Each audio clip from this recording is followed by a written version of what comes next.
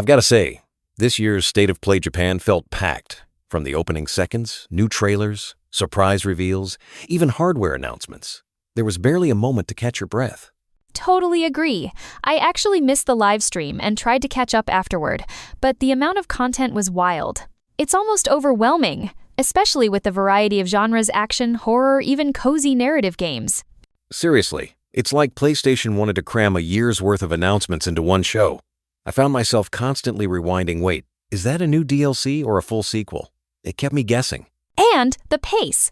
They'd barely finished showing a new gameplay trailer when the next announcement would drop. I found it refreshing though, no filler, just back-to-back surprises.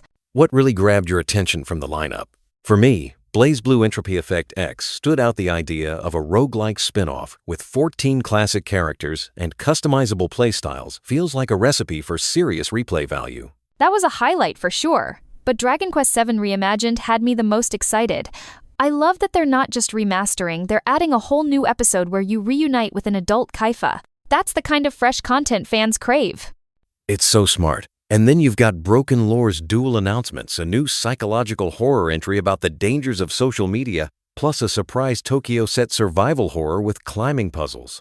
That genre mashup feels bold.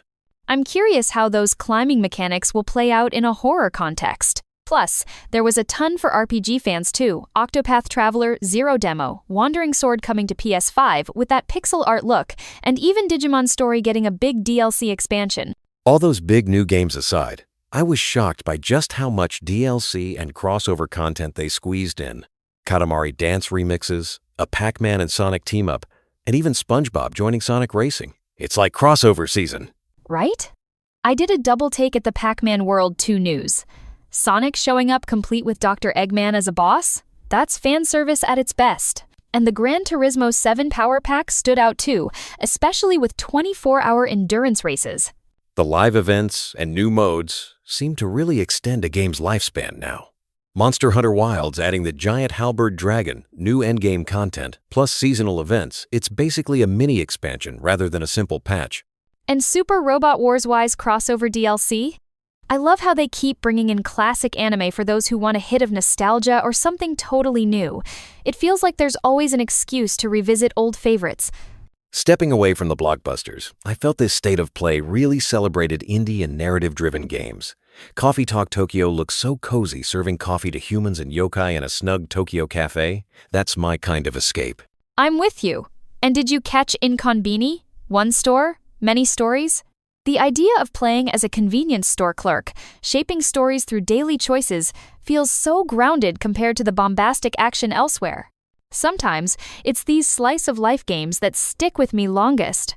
Yeah, the contrast is refreshing, especially when sandwiched between epic boss battles and horror reveals.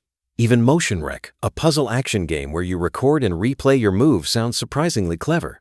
Those smaller titles can be the most experimental. They might not headline the show, but they add a lot of heart and variety. I find those kinds of games help balance out my gaming diet, you know?